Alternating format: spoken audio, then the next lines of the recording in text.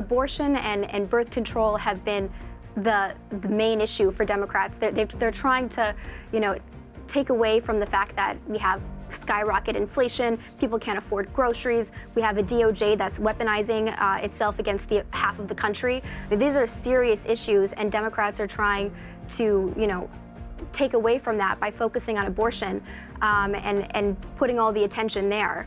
And, frankly, I don't think it's going to work because the majority of Americans actually support some restrictions on abortion. Now that state laws are the guide, some colleges are having to change the services that they have been offering to students so that the school is in compliance with state law, some of which, as you know, have a tougher standard for abortion now that Roe v. Wade has been overturned. Evita Duffy is joining us now from The Federalist with more on this. Evita, thanks for joining us for the first time. Thank you for having me. Young people tend to be more liberal. College kids tend to be more liberal than their adult counterparts. So this is a big issue on college campuses. They also vote, I should say. But what is the ostensible effect of this, and how are college administrators worried about the overturning of Roe v. Wade? Yeah, so a lot of colleges have state laws that pre-exist the Dobbs ruling, and now colleges a lot of them are not going to be able to provide students with abortion and contraceptives, and students are really upset by this, saying that their essential health care is being taken away. But abortion is not health care, and neither are abortifacient chemical contraceptives. And I think that the outrage from students, it says a lot about what college has become. I mean, I was there not long ago. I graduated last year. It's become a free-for-all. There's not a lot of studying going on. It's essentially viewed by many as a break before they have to enter the real world. At my school, they had a scavenger hunt for condoms. I mean, I don't think that taxpayers want to be subsidizing, taxpayers who pay for these colleges, give them lots of money, I don't think they want to be subsidizing this kind of behavior. And I also don't think they want to be subsidizing child killings. And a lot of administrators, like you mentioned, are really upset by this. They're saying that they want to defend students' health care and their rights. But if university bureaucrats really cared about students' health and their well-being, they wouldn't have put them in lockdowns for over a year, which we know has spiked rates of suicide, depression, anxiety in young people. And they also wouldn't have subjected them to an experimental vaccine, which we know now has caused myocarditis and other vaccine-related injuries in otherwise healthy young people. Well, in regard to the overturning of Roe v. Wade and reproductive health, one case in point is the University of Idaho. This is cited by Axios, the website Axios. It says, quote, the University of Idaho this week issued guidance that it could stop offering birth control, citing a section of the Idaho Penal Code dating back to 1970. So they're linking this to the Supreme Court decision. But the reality is the Supreme Court decision has absolutely nothing to do with birth control.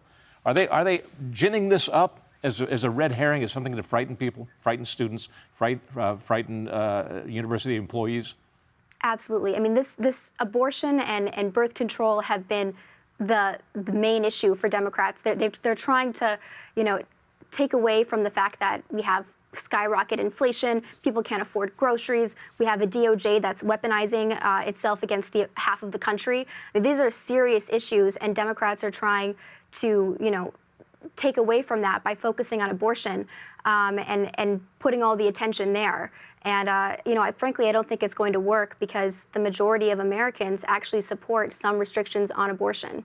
Well, by the same token, we're seeing examples of university administrators defy state law to go ahead and continue providing abortion services, even though the state may have banned it. Is that correct? Ohio, a case in point. Yeah, absolutely. And I think that is really indicative of what these universities have become. I mean, these aren't institutions of education anymore. I mean, one, there's far more bureaucrats and administrators getting involved in students' lives, providing health care and other things, than there are professors. So they're radical indoctrination machines. They're fueling radical ideology, and it has much less to do with learning, and it's, I think parents need to think about that before they decide to send their kids to school.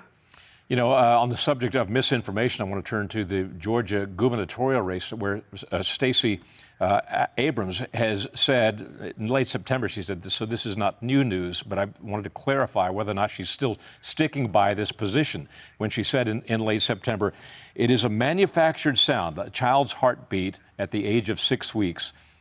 is a manufactured sound designed to convince people that men have the right to take control of a woman's body. She went on to say, just to emphasize her point, there is no such thing as a heartbeat at 6 weeks. It is a manufactured sound designed to convince people that men have the right to take control of a woman's body. I've heard it said that she's sticking by that point. Is she? Yeah, she is. I think most Democrats are sticking by that point. So Stacey Abrams, she made this radical anti-science statement that heartbeats aren't actually real, that they're manufactured sounds by men. I mean, this is crazy anti-science rhetoric. And Planned Parenthood on its website before Stacey Abrams made these comments had that a child's heart starts to beat at 6 weeks. And then after she made them, they changed their website to fit this new talking point from Abrams. So obviously science means nothing to these people, but it's now become a new point to try and dehumanize human life in the womb. And this is, again, going back to the midterms, this is going to be their talking point. Post Dobbs, they want this election to be about abortion and not about the failings of the Biden administration. And it is just not going to work because the majority of Americans don't believe in this radical abortion at all stages agenda that's coming from Abrams and others, want some restrictions on abortion. And so I think Democrats are going to be really disappointed in November. The absurdity of Abrams' point, as you made it out in your piece in the Federalist recently, that, quote, even Planned Parenthood, the country's largest abortion provider, admits babies develop a very basic beating heart by 5 to 6 weeks of pregnancy. So she's going against not only the established science, but the progressive viewpoint as well. Yeah, and actually, a child's heart. So part of this is not new from Abrams. Actually, this has come from Democrats before her. It predates Abrams. She's streamlined this misinformation, but.